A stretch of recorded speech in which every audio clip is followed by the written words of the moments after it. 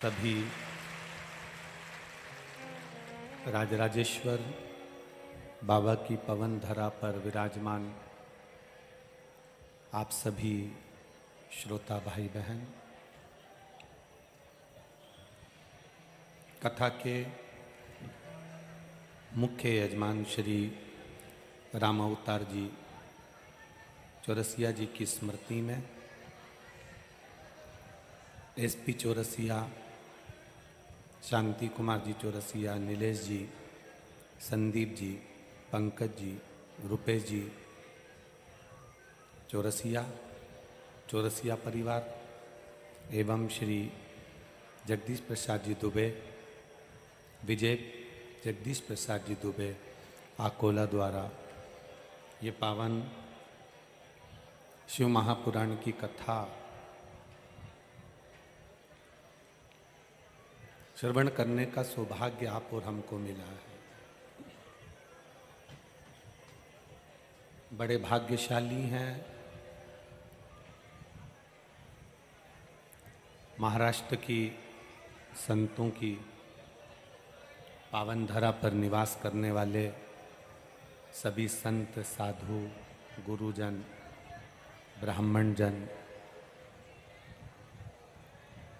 कथा मंडप में विराजमान सभी ब्राह्मण, संत, साधु, गुरुजन को नमन करते हुए ये परम पुण्यमय अवसर मात्र 3 घंटे की कथा जो दोपहर में 1 बजे होने वाली थी, प्रशासन के नियम अनुसार कथा का समय बदलकर सुबह 8 बजे से 11 बजे तक रखा गया। और इतनी सुबह कथा होने के बाद भी सब लोग कह रहे थे कि इतनी जल्दी तो कोई कथा के पंडाल में आएगा ही नहीं, केवल चिड़िया उड़ती नजर आएगी। पर आप लोगों का जो विश्वास है, भरोसा है मेरे महादेव का, जो दृढ़ता मेरे देवाधिदेव महादेव ने आप लोगों के भीतर विराजमान करी है, ये संतों की धरा, महाराष्ट्र की भूमि, जिसमें सुबह 8 बजे से ये कथा जो प्रारंभ हुई है, भले आस्था चैनल पर 1 बजे से आएगी, पर आप जो कथा सुनने के लिए यहाँ इतने लाखों की संख्या में पहुँचे हो, ये आपका विश्वास बता रहा है कि आप जरूरी हैं।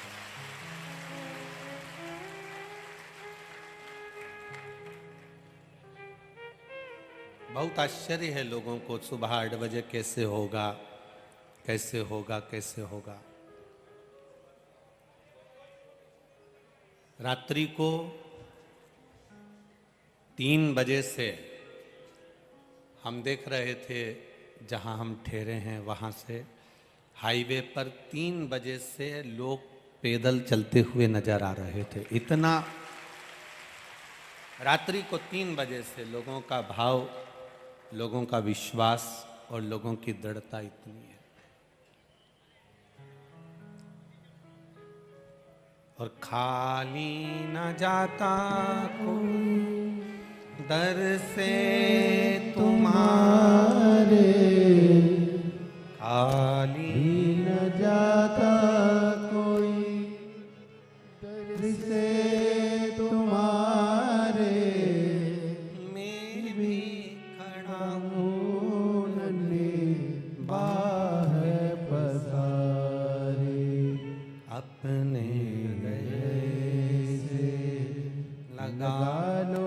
लगा लो गिरी जा रहे हो, उठा लो, उठा लो, भोले अपने दर से अब तो न टालो, गिरा जा रहा हो, उठा के साथ में शिव महापुराण की पावन कथा में पहुंचे हो। भगवान देवादिदेव महादेव जिस आस से, भरोसे से, दृढ़ता से, विश्वास से कथा सुन रहे हो, बाबा से ये प्रार्थना करना आपका वो विश्वास, आपकी वो दृढ़ता, आपका वो भरोसा मेरा देवादिदेव महादेव सदा बना कर रखे और जीवन का आनंद सदा देता है।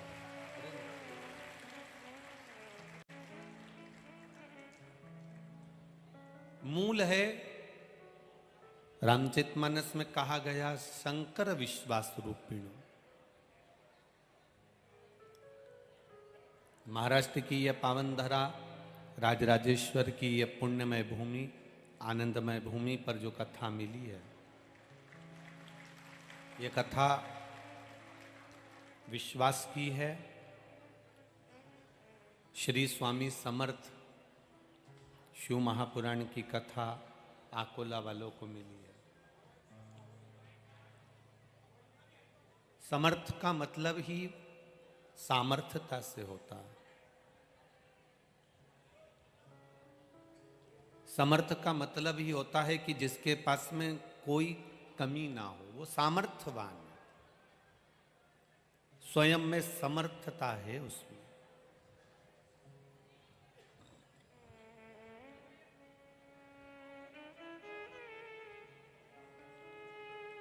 स्वयं में सामर्थ्यता है उसमें। महाराज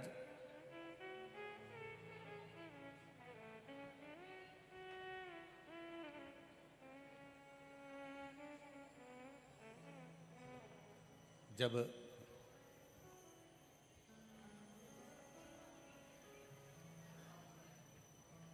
तात्या भोसले जी का मन परिवार से, घर से, कुटुंब से जब समाप्त हो गया,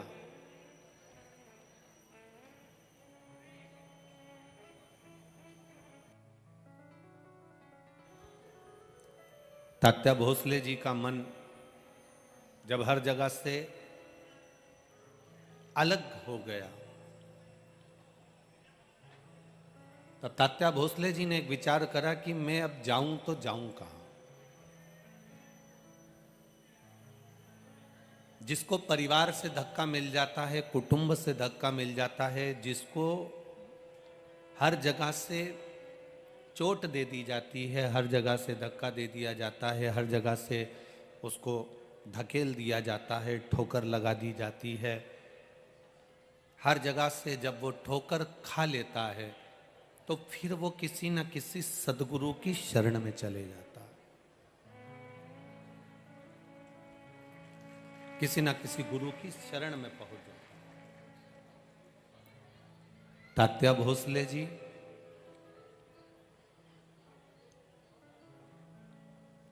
जो मानकारी थे,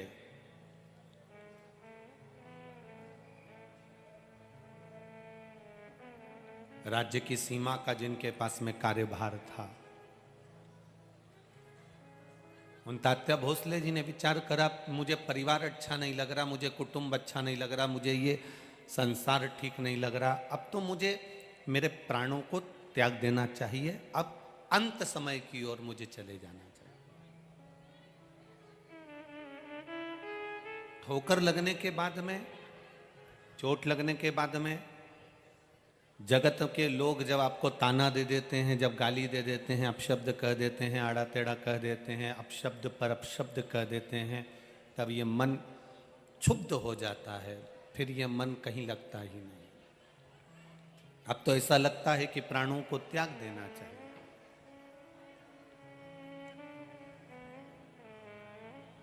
और फिर निवेदन करेंगे जो पहले कथा में कहा, फिर कहते हैं,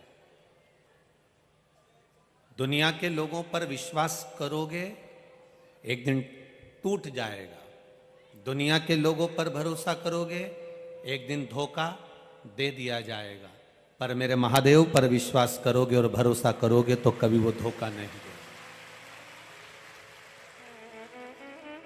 शंकर भगवान पर करा गया विश्वास, शिव जी पर करी गई अटूट श्रद्धा, आपका भरोसा, आपकी दृढ़ता टूटने वाली नहीं है।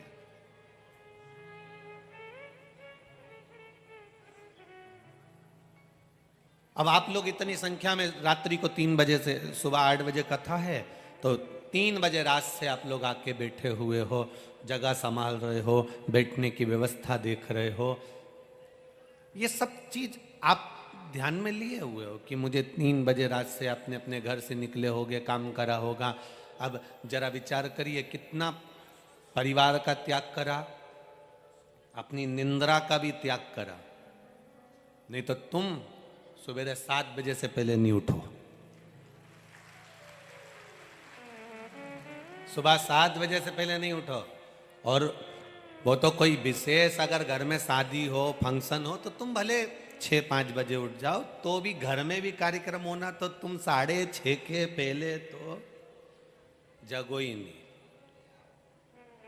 पर फिर भी अपनी निंद्रा का भी त्याग करा, अपने घर का भी त्याग करा, परिवार को त्यागते हुए 3 घंटा देवाधिदेव महादेव को दिया। जब आप अपनी निंद्रा का त्याग कर सकते हो, अपने घर का त्याग कर सकते हो और कथा स्थल तक पहुंच सकते हो, तो वो भी कैलाश का त्याग कर कर, काशी का त्याग कर कर आपके पास आ सकता है। ये निश्चित है। उसका भरोसा, उसकी दृढ़ता, उसका विश्वास, बस ये मूल है। और आपका भरोसा जब दृढ़ हो जाएगा, आपका विश्वास जब दृढ़ हो जाएगा, तो उससे मिलन निश्चित है।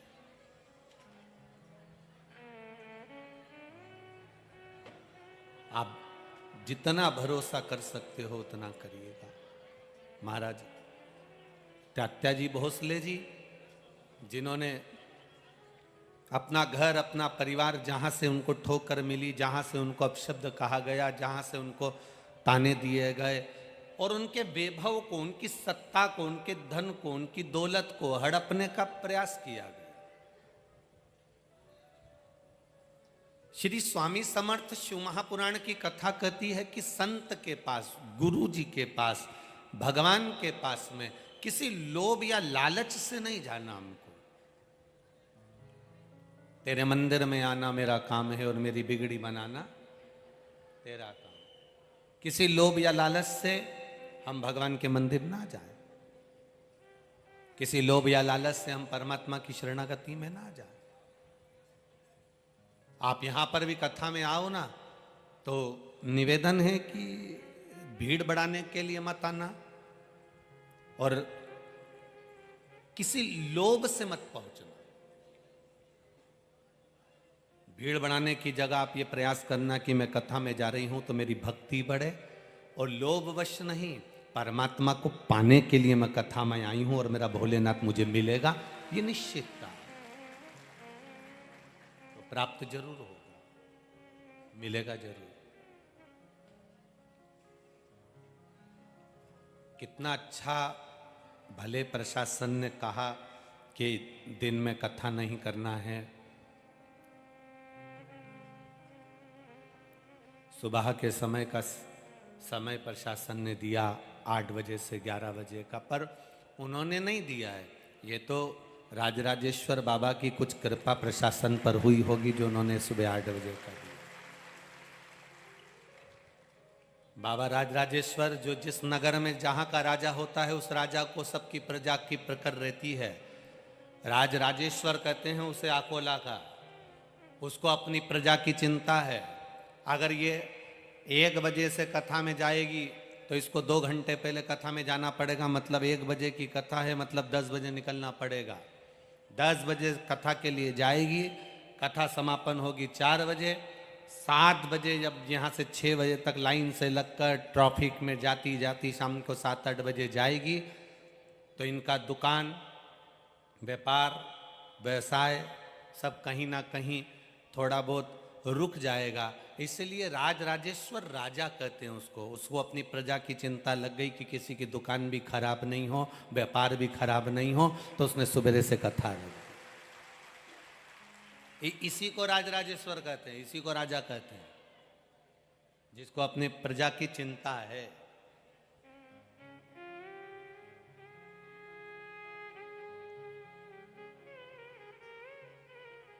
रामकृष्ण परमहंस जी और स्वामी विवेकानंद जी का चरित्र याद आ गया, जो वृंदावन की धरा पर सिर के बल उतरे थे। और किसी ने प्रश्न कर लिया था रामकृष्ण परमहंस जी से कि भगवान की बंसी में ऐसा क्या है जो लोग पूरी रात भगवान की बंसी का इंतजार करते थे और भगवान के साथ रास करते थे। रामकृष्ण परमहंस जी ने कहा, रात को सुबह ब्रह्म मुहूर्त में 4 बजे बताऊंगा। आधी रात को 1 बजे से वहां भीड़ लग गई यमुना जी के घाट पर, रामकृष्ण परमहंस जी नहीं आए। भीड़ लगी लगी लगी लगी लगी लगी 1 बजे से लेकर सुबह 5 बजे तक लोग इकट्ठे हो गए, लाखों की जनता इकट्ठी हो गई कि आखिर भगवान की बंसी में ऐसा क्या है जो गोपियां सुध भूल कर चली जाती थी आधी रात को। सुबह 6 बजे रामकृष्ण परमहंस जी आए और सारे लोगों ने, लाखों लोगों ने पूछा कि भगवान की बंसी में ऐसा क्या है जो गोपियां आधी रात को सुध भूल कर आ जाती थी। रामकृष्ण परमहंस जी ने कहा, वो बंसी में क्या है मुझे नहीं मालूम, पर आज भी उस बंसी में दम तो है, इसलिए रात को 3 बजे से लेकर 6 बजे तक तुम यहां बैठे हो। हम भी नहीं जानते कि शिव महापुराण में क्या है, हम भी नहीं जानते कि भगवान के शंकर के नाम उच्चारण में क्या है, हम भी नहीं जानते कि शिव तत्व में क्या है, पर इतना जरूर जानते हैं कि शंकर की भक्ति में कुछ तो है जो रात को 3 बजे से आप भी यहां इंतजार कर रहे हैं। शिव महापुराण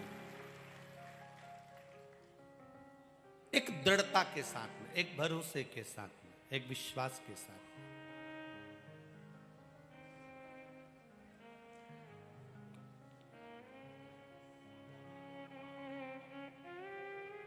महाराज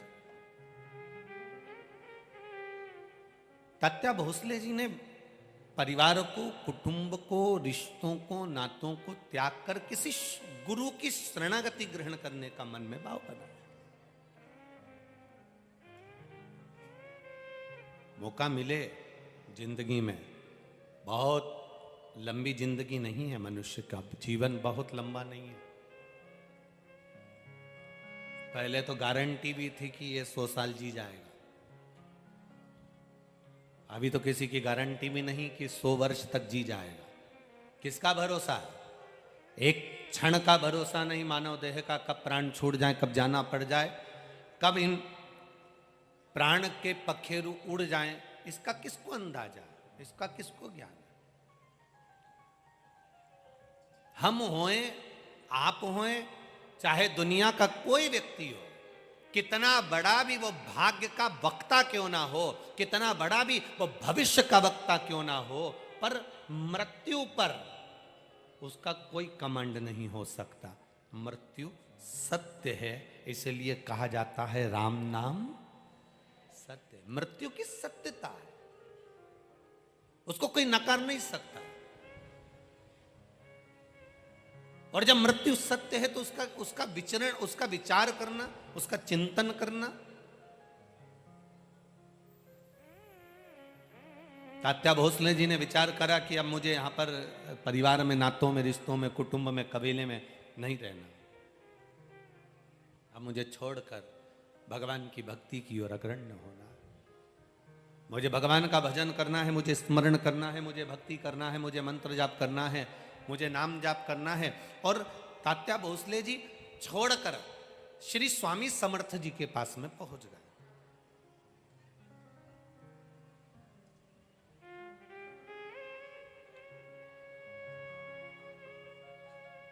और वो स्वामी समर्थ, दुनिया के लोग कहते हैं कि ये दत्त का अवतार है,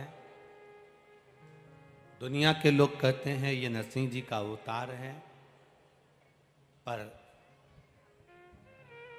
कभी आपने अगर श्री स्वामी समर्थ जी का दर्शन किया हो तो उनके गले में एक रुद्राक्ष, अंतिम समय तक प्राण छोड़ने के कुछ देर पहले उन्होंने अपना रुद्राक्ष उतार कर अपने एक भक्त को दे दिया था। पूरी जिंदगी उनके गले में एक रुद्राक्ष पड़ा रहा, वो श्री स्वामी समर्थ जी थे। एक रुद्राक्ष अपने गले में धारण करते हैं। कोई कहता है कि दत्त के अवतार है, कोई कहता है शिव के अवतार है, कोई कहता है ब्रह्मा के अवतार है, कोई कहता है नारायण के अवतार है, कोई कहता है राम के अवतार है, कोई कहता है कृष्ण के अवतार है। पर कोई सदगुरु, कोई संत, कोई साधु, कोई सन्यासी, कोई तपस्वी, कोई साधक, कोई उपासक जब भी भजन करता है, जब भी मंत्र जाप करता है, जब भी नाम जाप करता है, जब भी नाम स्मरण करता है, जब मंत्र में डूबा रहता है, नाम में डूबा रहता है, नाम स्मरण में डूबा रहता है। महाराज वो किसका अवतार है ये तो नहीं कह सकते, पर इतना जरूर कह सकते हैं जो भगवान की भक्ति में डूबने वाला संत होता है, साधु होता है, सन्यासी होता है, इसको बंद कर बाबा, सन्यासी होता है, तपस्वी होता है, साधक होता है, उपासक होता है, वो किसका अवतार है ये नहीं कह सकते, पर इतना जरूर कह सकते हैं कि वो भगवान शिव का, राम का, कृष्ण का, दत्त का कृपा पात्र होता है, इसलिए करुणा कर सकता है।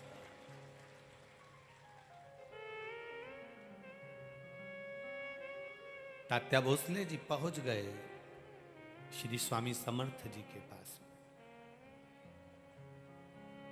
अब जाकर उन्होंने जैसे ही पहुंचे तो स्वामी समर्थ जी का ध्यान मुद्रा में, भक्ति में लगा हुआ था, ध्यान में मैं।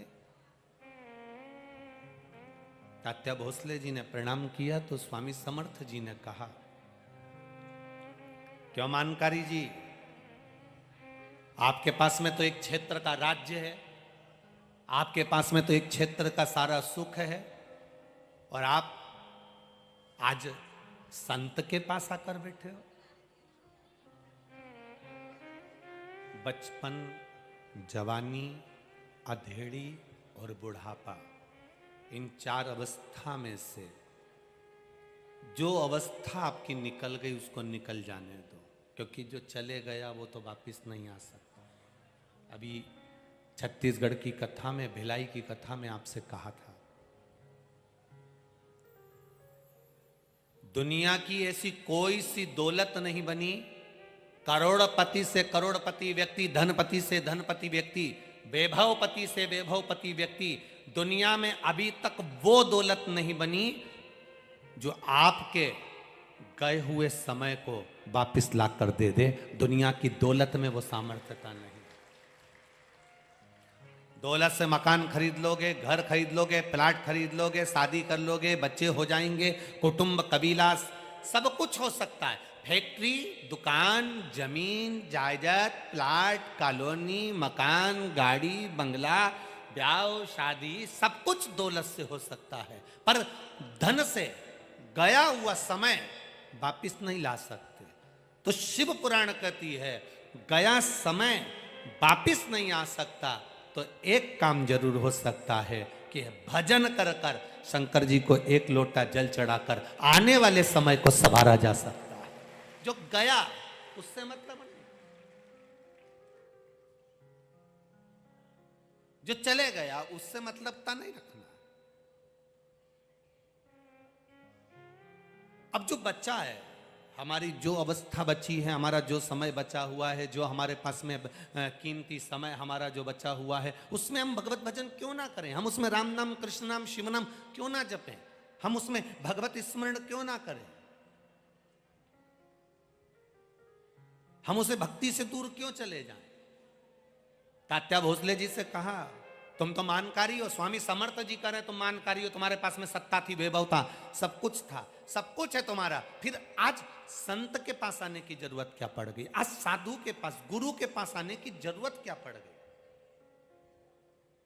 अगर दुनिया में सताए ना होते तो तेरे दर पर आए ना होते।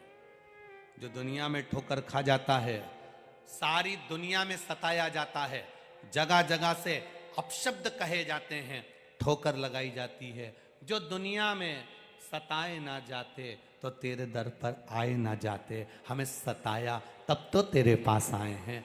लोगों ने चोट दी जब तो तेरे पास पहुंचे हैं, दुनिया के लोगों ने अपशब्द कहा तब तो हम तेरे पास पहुंचे हैं, हम पहुंचे तब हैं जब दुनिया ने सता दिया।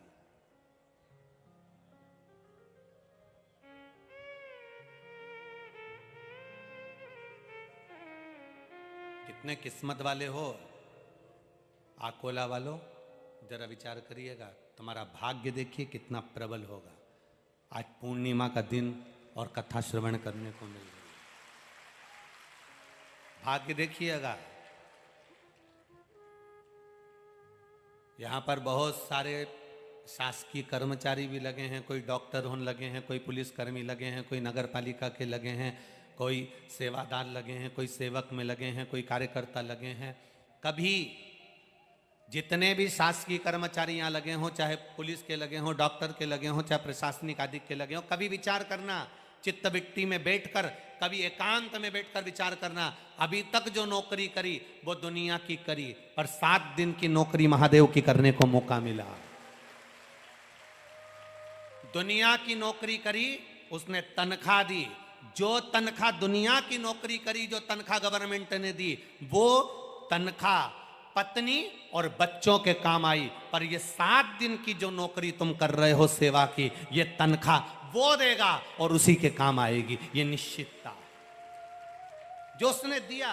7 दिन आप सेवा कर रहे हैं, 7 दिन सेवा में लगे हैं, भगवत भजन में लगे हैं, नौकरी की जगह नौकरी कर रहे हैं, कथा की जगह कथा सुन रहे हैं, ड्यूटी भी चल रही है और कथा भी चल रही है। अर्थात वो कोई शिव महापुराण की कथा वही तो कहती है, चलती हुई दुकान में प्लाट ले लीजिए, चलती हुई दुकान में आपकी दुकान अच्छी चल रही है, व्यापार अच्छा चल रहा है, तो चलते चलते व्यापार में पत्नी के जेवर भी बना लो, चलती चलती दुकान में प्लाट भी ले लो, चलती चलती दुकान में मकान भी ले लो। अगर दुकान नहीं चलेगी ना तो पत्नी के जेवर बना पाओगे, ना प्लाट ले पाओगे, ना मकान ले पाओगे, ना दुकान ले पाओगे। उसी तरह चलती हुई नौकरी में भी अगर भगवान शंकर की कथा मिल जाए तो समझ लो कि जीवन सार्थक हो गया। हाथ पैर चल रहे हैं, शरीर चल रहा है, और हमारे ये शरीर जब चल रहा है उस चलते में भगवत भजन हो जाए, इससे बढ़कर सुख और क्या होगा। आज चौरसिया परिवार यहाँ कथा करवा रहा है, यजमान परिवार चौरसिया परिवार अगर यहाँ बैठा है, कथा के मुख्य यजमान बनकर बैठे हैं, तो चलते चलते इस शरीर के चलते चलते शिव महापुराण की कथा करवा ली, अपने जीवन को सार्थक कर लिया। ये जीवन की श्रेष्ठता है, ये जीवन का एक आनंद है, और इसी को श्रेष्ठता का तात्या भोसले जी से कहा, मानकारी जी, स्वामी समर्थ जी करें, आप मानकारी हो, आपके पास में सत्ता है, वैभव है, और आप मेरी शरण में आज यहां आकर बैठे हो, संतों के पास में, आज साधु के पास में, सदगुरु के पास में आकर बैठे हो, क्या बात है। तात्या भोसले जी ने कहा, अब मेरा मन परिवार में नहीं लगता, अब मेरा मन कुटुंब में नहीं लगता, अब मेरा मन ऐसा करता है कि कुछ देर परमात्मा की भक्ति करी जाए, अब कुछ देर भगवान का भजन करा जाए। तात्या भोसले जी ने सेवा करना प्रारंभ करी, स्वामी समर्थ की सेवा करते करते करते करते करते करते करते करते स्वामी समर्थ जी की सेवा करते करते एक दिन तात्या भोसले जी पहुंच गए किसी विद्वान प्रखंड पंडित के पास, और उन्होंने कह दिया कि इतनी तारीख को इतनी बजे तेरे प्राण छूट जाएंगे, तू मर जाए। तात्या भोसले जी ने जब सुना प्रसन्न हो गए, जाना तो सबको है, ऐसा कोई मनुष्य पैदा ही नहीं हुआ जो नहीं जाएगा। हो सकता है आकोला में ऐसा कोई हो तो बात दूसरी है जो नहीं जाएगा, पर आया है सो जाए। तुम बादाम भी खा लोगे तो भी मरना है, और रसगुल्ला खा लोगे तो भी मरना तो निश्चित है। ऐसा संसार में कोई नहीं जन्मा जो मरेगा नहीं। परंतु आज के जमाने में किसी व्यक्ति से कह दो, एक बहू सास से कह दे कल मरने वाली है, बस बहू सास से इतना कह दे कि तू कल मरने वाली है, तो सास को गुस्सा आ जाए, मेरी मरने की कामना करती, उसमें क्या दिक्कत है। बहू तो बोल रही है ना कल मरने वाली है, मतलब आज से भजन चालू कर दे, राम नाम कृष्ण नाम शिव नाम जपना प्रारंभ कर दे, शिव जी की शरणागति चले जाए। मृत्यु तो निश्चित है, जानना तो पड़ेगा। 7 ताले में बंद हो जाओ तो भी जाना पड़ेगा। राजा परीक्षित के लिए पुत्र जनमेजय ने कांच का महल बना दिया, शीशे का महल बना दिया। एक परिंदा पर नहीं मार सकता। एक अनार का रस जिस गिलास में, जिस पात्र में भरा कर जा रहा था, उस पात्र के नीचे की पेंदी में तक्षक नाग चिपक कर अंदर चले गया। और जब राजा परीक्षित के सम्मुख में तक्षक नाग पहुंचा तो तक्षक ने कहा, तेरा समय आ गया, तेरा काल आ गया। राजा परीक्षित नैनों में जल हाथ जोड़कर कहते हैं, आप अपना कर्म करिए, मैं अपना कर्म करूंगा। राजा भक्ति करने लगे, भजन करने लगे, और तक्षक नाग पांव के अंगुष्ठ में डस लेता है। जरा विचार करिएगा, पांव के अंगूठे में ही तक्षक नाग क्यों डस रहा? क्या पूरे शरीर में कहीं तक्षक नाग को डसने के लिए जगह नहीं मिली?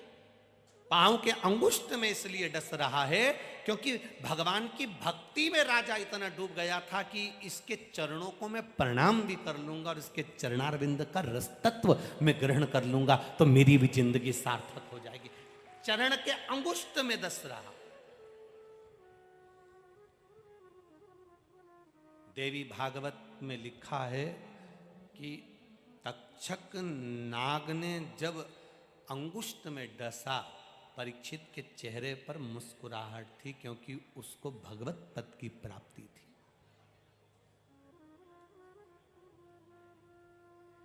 भगवत पद की प्राप्ति,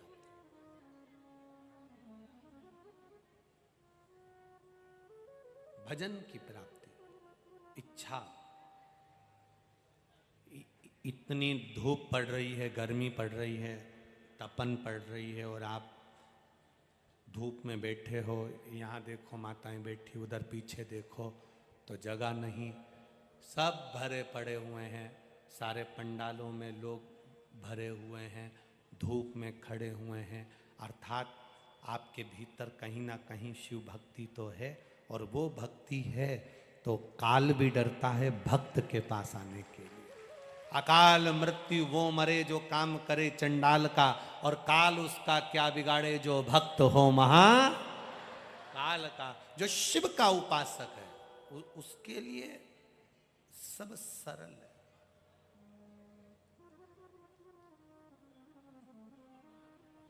वो तो ये पंडाल में यहाँ बीच में थोड़ी जगह खाली पड़ी है, मैं कार्यकर्ताओं से आज तो नहीं पर कल निवेदन करूंगा कि जो धूप में बैठे रहे उनको यहाँ आगे बिठाने में तुम्हारा क्या जाता है, बिठा दिया करो। यहाँ जगह संभालोगे तो क्या ऊपर भी जाके जगह संभालोगे रे? विचार तो करो थोड़ा। इतनी सारी जगह खाली रखने से कौन सा लाभ है? धूप में लोग बैठे रहे और तुम जगह खाली करके बैठे रहो, क्या मतलब का जीवन तुम्हारा? जहां जगह मिले। भक्तों की सुविधा के लिए शिव महापुराण की कथा है, जैसी सुविधा मिल जाए वैसा आनंद पाकर 3 घंटे के बाद ये जगह जहाँ की जहीं रह जाएगी, इसको कोई नहीं लेके जाएगा, वहीं पड़ी की पड़ी है। और खूब सो, आनंद पाओ और भक्ति करो, भजन करो। जहाँ जगह का आनंद हो वहाँ सुख पाइएगा।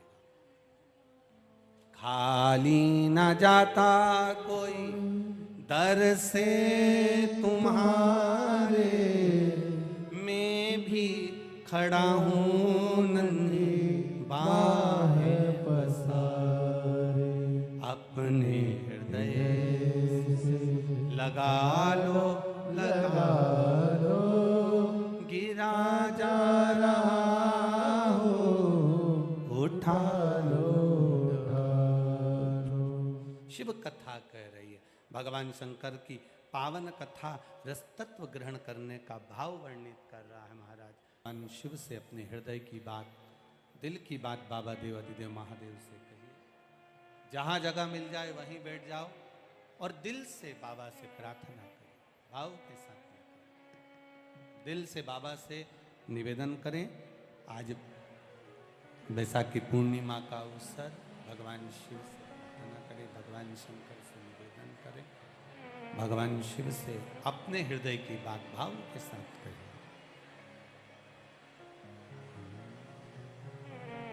श्री शिव शिवाय नमस्तुभ्यं श्री शिवाय नमस्तुभ्यं श्री शिवाय नमस्तुभ्यं श्री शिवाय नमस्तुभ्यं श्री शिवाय नमस्तुभ्यं भोला सब दुख काटो हमारा, ओ भोला सब दुख काटो हमारा। शिव शंकर जपो तेरी माला, भोले बाबा जपो तेरी माला, भोला सब दुख काटो हमारा, ओ भोला सब दुख काटो हमारा। वेश मंगल मंगलकारी, वेश है मंगल मंगलकारी, शमशान वासी हमारा, शमशान वासी हमारा, ओ भोला सब दुख काटो हमारा, ओ भोला सब दुख काटो हमारा। तात्या भोसले जी से कह दिया गया कि तुम्हारे प्राण छूटने वाले हैं, तुम्हारा अंतिम समय आ गया, तुम्हारे प्राण जाने वाले हैं। आज स्वामी समर्थ जी के पास में, श्री स्वामी समर्थ के पास में जब तात्या भोसले जी बैठे हुए,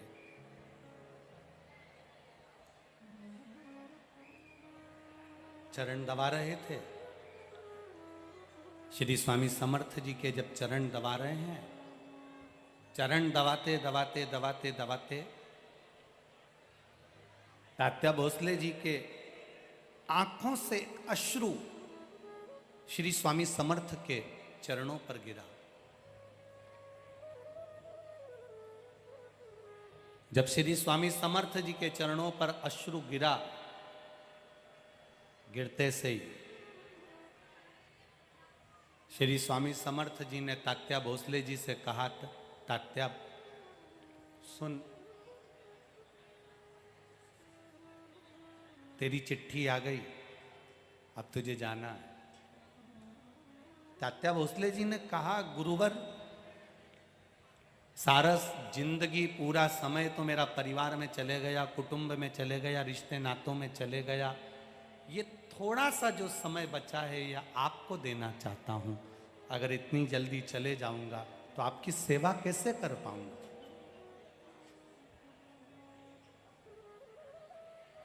श्री स्वामी समर्थ जी ने तात्या भोसले जी से कहा, तो एक काम करना, बैठे रहना, मैं सो भी जाऊं तो चरण छोड़कर मत जाना।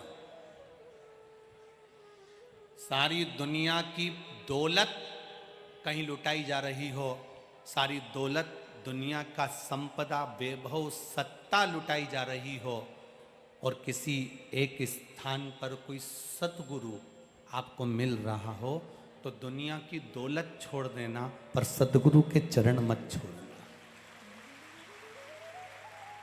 किसी संत, साधु, सन्यासी, तपस्वी, साधक, उपासक जो भगवान की अविरल भक्ति में डूबा हुआ है, उसके चरण की सेवा मिली है तो वो ना छोड़ी जाए। बस यमदूत आए तात्या भोसले जी को लेने के लिए, खड़े रहे, बार बार तात्या भोसले जी को बुलाते रहे, पर तात्या भोसले जी से भगवान स्वामी समर्थ ने कह दिया था कि चरण मत छोड़ना, कुछ भी नहीं होगा। शिव महापुराण की कथा कहती है, जो एक लोटा जल चढ़ाना नहीं छोड़ता, महाकाल उसका हाथ कभी नहीं छोड़ता। शिव का द्वार भगवान शंकर के चरणारविंद, सदगुरु के चरणारविंद, संत साधु सन्यासी तपस्वी साधक उपासक के चरणारविंद जो पकड़ कर रखता है। फिर निवेदन करेंगे, जो बड़ों की इज्जत करता है, माता पिता का सम्मान करता है, बड़ों का आदर करता है, बड़ों का सत्कार करता है, बुजुर्ग का, माता पिता का, गुरुजन की जो इज्जत करे, सम्मान करे, आदर करे, उसको पर्स में दवा लेकर चलने की जरूरत नहीं पड़ती, वो दुआ लेकर चलना प्रारंभ कर दे। उसको फिर पर्स में दवा लेकर चलने की जरूरत नहीं पड़ेगी। जो गुरु का आदर कर रहा है, माता पिता की सेवा कर रहा है, माता पिता के चरणों को प्रणाम कर रहा है, घर के बुजुर्गों के चरणों को प्रणाम कर रहा है, घर के बड़ों को आदर दे रहा है, घर के बुजुर्गों का सम्मान करे, आदर दे, सत्कार करे। एक भक्त को जो पहचान जाए, एक साधु जन, गुरुजन, सन्यासी जन, तपस्वी, साधक, उपासक की जो सेवा में लगा हुआ है, उसको जेब में, पर्स में दवा लेकर चलने की जरूरत नहीं पड़ती, दुआ उसके साथ हर पर चलती है। बड़ों का आदर करने वालों के साथ में बड़ों की दुआ उसके साथ चलती है, तो उसको तकलीफ नहीं भोगना पड़ती, उसको कष्ट नहीं भोगना पड़ता।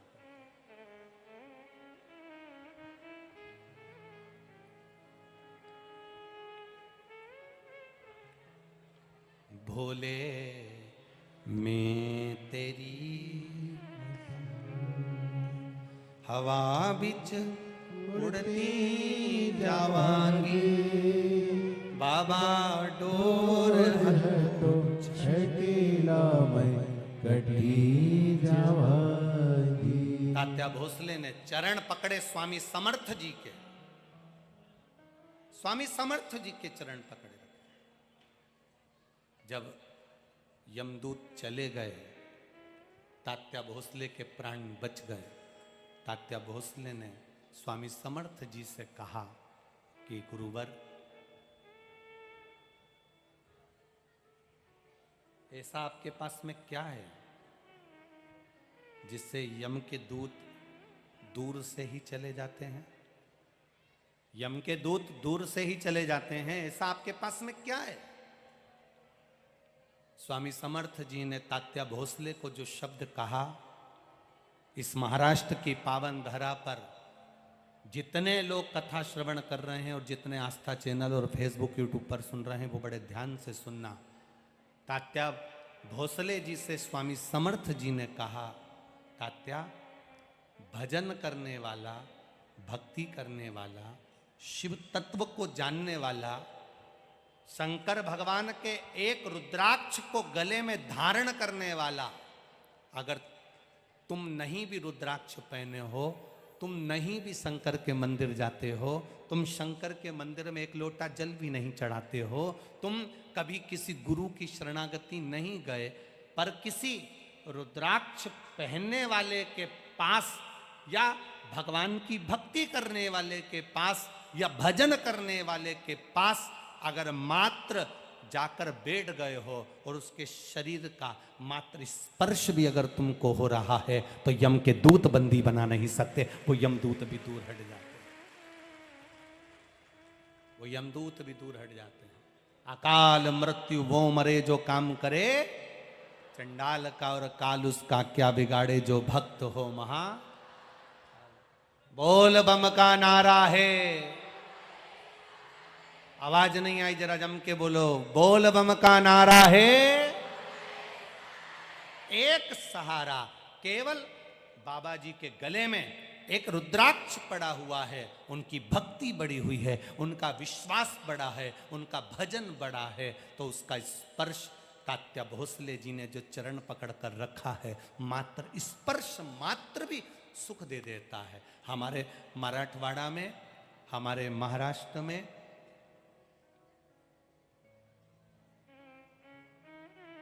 अब इधर विदर्भ में ऐसा है कि नहीं ये पता नहीं, विदर्भ साइड में, आप लोग विदर्भ के अंतर्गत आते हो ना?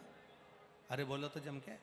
आते हो ना विदर्भ के अंतर्गत, तो मराठवाड़ा के साइड में जाओ तो वहां पर एक नियम बना हुआ, और विदर्भ में ऐसा है कि नहीं पता नहीं, मराठवाड़ा में ऐसा नियम बना है कि जगह जगह जहां संत, सन्यासी, तपस्वी, संत जन, गुरुजन जो भी हुए हैं, उनकी मूर्ति का इतना दर्शन का महत्व नहीं है जितना उनकी पादुका के दर्शन का महत्व है। अब इधर विदर्भ में ऐसा है कि नहीं पता नहीं, वहां इतना मूर्ति का महत्व नहीं है जितने उनके पादुका, जितने उनके चरण चिन्ह के दर्शन का महत्व है। क्यों? गुरु का, संत का, साधु जन के चरण का मात्र स्पर्श मात्र हो जाता है, स्पर्श मात्र। इसलिए आज भी पूरी दुनिया में ऐसा कोई मंदिर नहीं जिस मंदिर में भगवान के चरण छूने की इजाजत मिली हो। तिरुपति में चले जाओ तो भगवान के चरण नहीं छू सकते, नाथ द्वारा में चले जाओ भगवान के चरण नहीं छू सकते। तुम्हारी मर्जी पड़े जिस मंदिर में जाना, भगवान के चरण, बांके बिहारी का दर्शन करने जाओ चरण नहीं छू सकते, राधा वल्लभ लाल का दर्शन करने जाओ चरण नहीं छू सकते, तुम अयोध्या के कनक बिहारी का दर्शन करने जाओ चरण नहीं छू सकते, तुम बद्री विशाल का दर्शन करने जाओ चरण नहीं छू सकते, तुम द्वारका जी दर्शन करने जाओ द्वारकाधीश के चरण नहीं छू सकते। तुम दुनिया के सारे मंदिर में घूम कर आना, किसी मंदिर में चरण छूने की इजाजत नहीं है। केवल महाराष्ट्र का हरि विठ्ठल का एक मंदिर है जहां भगवान के चरण छूने की इजाजत है। केवल महाराष्ट्र का हरि विठ्ठल का मंदिर जहां पर भगवान के चरण को हाथ लगाने का महत्व है, जहां भक्त जाता है और भगवान के चरणों को छूकर अपना शीश नवाकर उसके चरणों में अपना माथा रगड़ कर आता है, वो दुनिया का केवल एक मंदिर है, वो हरि विठ्ठल पांडुरंगा का मंदिर है। जो महाराष्ट्र का, सारी दुनिया में कितने भी बैकुंठ होंगे, सारी दुनिया में कितने भी बैकुंठ होंगे, पर महाराष्ट्र का बैकुंठ हरि विठ्ठल के चरण है, श्री विठ्ठल के चरण। ये महाराष्ट्र का बैकुंठ है, ये महाराष्ट्र का बैकुंठ।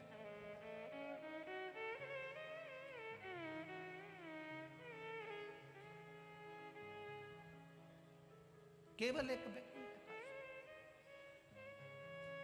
कौन ने मांगा था? हरि विठ्ठल के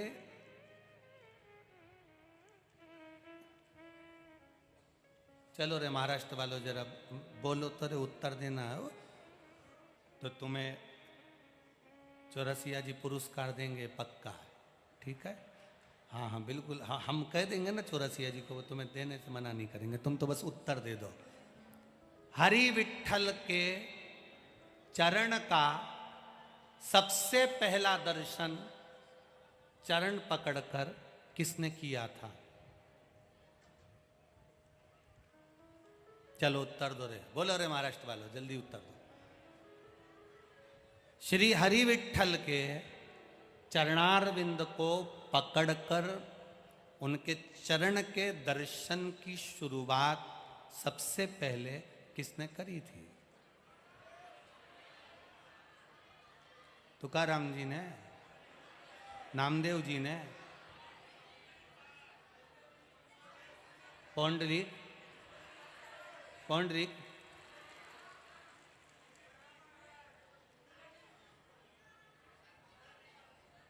संत तुकाराम जी, संत ज्ञानेश्वर जी, पौंडलिक जी, संत नामदेव जी, और जितना नाम हो सब बोल दो रे, एक ही बार में झंझट समाप्त। सबसे पहले चरण पकड़े, प्रणाम किया और चरण पकड़ने की, छूने की शुरुआत, नमन करने की शुरुआत हरि विठ्ठल के चरणों को श्री नर हरिदास सुनार ने करी थी। नर हरिदास पौंडरिक ने चरण नहीं पकड़े थे, पौंडरिक ने तो ईंट फेंकी थी, इसके ऊपर खड़े हो जाओ। संत तुकाराम जी तो भगवान में समाहित हुए थे, नामदेव जी के लिए तो भगवान ने अपना मंदिर पलट दिया था। केवल सुनार नर हरिदास केवल नरहरि एक ही था जिसके लिए भगवान ने अपना चरण दिया था। सुनार था, सोने चांदी का काम करता था श्री नरहरि। नरहरि के जो माता पिता थे वो भी सोने चांदी का काम करते थे, पर इनकी पंढरपुर में रहते थे, हरि विठ्ठल की नगरी में रहते थे, पर कभी पंढरपुर की हरि विठ्ठल का दर्शन कभी नहीं करा, ना नरहरि ने करा ना इसके माता पिता ने करा। आज तक पंढरपुर के हरि विठ्ठल का दर्शन नहीं करा था। अब सोचिएगा जरा, पंढरपुर में रह रहा है, वो कहते हैं नदी में रह रहा है और मगरमच्छ से मेल कर रहा है। जरा सोचिएगा। अब नरहरि, उनके माता पिता स्वर्णकारों का गौरव, सुनारों का गौरव नरहरि, जो पंढरपुर में रहते हैं, जिनके माता पिता मल्लिकार्जुन भगवान की सेवा करते हैं, शंकर जी के मंदिर जाते हैं, शिव जी को एक बेलपत्र चढ़ाते हैं, एक लोटा जल चढ़ाते हैं। शंकर की भक्ति के सिवाय वो कभी अपनी दुकान छोड़कर हरि विठ्ठल का दर्शन करने तक नहीं गए, कभी नहीं गए। अब सुनार नरहरि के माता पिता ने नरहरि को देखा तो विचार करा कि इसकी शादी कर देना चाहिए। बड़ा हो गया बेटा, भगवान के मंदिर जाता है, मल्लिकार्जुन के मंदिर जाता है, पूजन करता है। चंद्रभागा नदी के तट पर एक मंदिर है जिसका नाम है मल्लिकार्जुन महादेव। कौन कौन ने दर्शन करे? हरि विठ्ठल, पांडुरंगा। पंढरपुर कौन कौन गया ये बताओ। अच्छा, सब गए हो पंढरपुर? धर लो, हाथ नीचे धरो। अब पंढरपुर में एक मंदिर है चंद्रभागा नदी के तट पर, मल्लिकार्जुन भगवान का मंदिर। किस किस ने दर्शन करें? हाँ देखो, बहुत लोगों ने करे। मल्लिकार्जुन महादेव, जैसे ही चंद्रभागा को नहाकर निकलोगे घाट पर ही बना हुआ है। घाट तो है ही नहीं, बालू रेत पड़ी है, वहीं पर मंदिर बना हुआ है। और सरल भाषा में समझिएगा, ये महेश्वरी भवन पंढरपुर का, समझ रहे हो ना? महेश्वरी भवन से और आगे गए, राइट में है डोंगरे जी महाराज का भवन, इधर आ गया मुक्ताबाई का भवन। डोंगरे जी महाराज के भवन से और आगे गए, बस आगे जाकर जो चंद्रभागा नदी के तट के लिए नीचे के लिए जाएंगे, वहीं पर श्री मल्लिकार्जुन भगवान का मंदिर बना हुआ है, जहां पर हरिनर सुनार, नरहरि सुनार के माता पिता शिव भक्ति करते थे। नरहरि भी भगवान शंकर की भक्ति करता था। बस माता पिता के मन में आया बेटे की शादी कर दें। नरहरि से कहा हमें तुम्हारी शादी करना है। नरहरि ने कहा पिताजी मैं विवाह के लिए मना नहीं कर रहा हूं, आप मेरी शादी कर सकते हो, मना नहीं, पर शर्त केवल इतनी सी है कि मेरी जो धर्म पत्नी हो, मेरी जो पत्नी हो, जैसे मैं शिव की आराधना करता हूं, जैसे मैं शंकर भगवान की आराधना करता हूं, मेरी धर्म पत्नी भी शंकर की आराधना करने वाली हो। मेरी धर्म पत्नी भी शिव की आराधना करने वाली हो, मेरी धर्म पत्नी भी भगवान शंकर की आराधना करने वाली हो, और कुछ भी नहीं चाहिए। ठीक है। और बहुत जरूरी है, घर में बहू लेकर आना तो कार वाली मत लेकर आना, घर में बहू लेकर आना तो संस्कार वाली लेकर आना, जो संस्कारवान हो।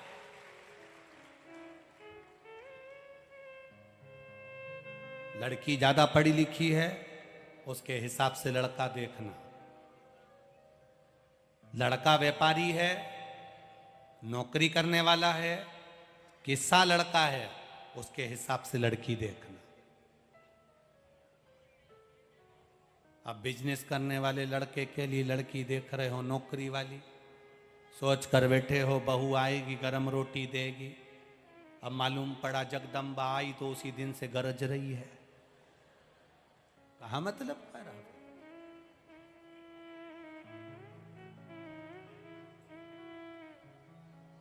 जैसा वर है वैसे हिसाब से कन्या देखिए, कन्या के हिसाब से वर देखिए। माता पिता से कहा मेरे लिए लड़की देखो तो ऐसी देखना जो भगवान की भक्ति करने वाली हो, भजन करने वाली हो, शिव महापुराण की कथा का रसतत्व ग्रहण करने वाली हो, शंकर का अनुमोदन करने वाली हो, शंकर जी पे एक बेलपत्र चढ़ाने वाली हो, शंकर भगवान पर एक लोटा जल चढ़ाने वाली हो। मालूम पड़े कन्या, बच्ची, बेटी रोज शंकर जी के मंदिर जाती हो और पति ऐसा मिल जाए जो मंदिर जाए तो गाली बके, मंदिर जाने नहीं दे, कथा में जाने नहीं दे, सत्संग में जाने नहीं दे, भजन में जाने नहीं दे, बड़ा बड़ा चिल्ला चोट करे, बहुत क्रोध करे। अब करो तो करो क्या? तो नरहरि ने कहा, नरहरि सुनार बोले कि पिताजी मेरी शादी करना, लड़की ऐसी होना चाहिए जो शंकर जी की भक्त हो। अब इनको लड़की देखी तो गंगा नाम की कन्या के साथ में इनका विवाह हो गया।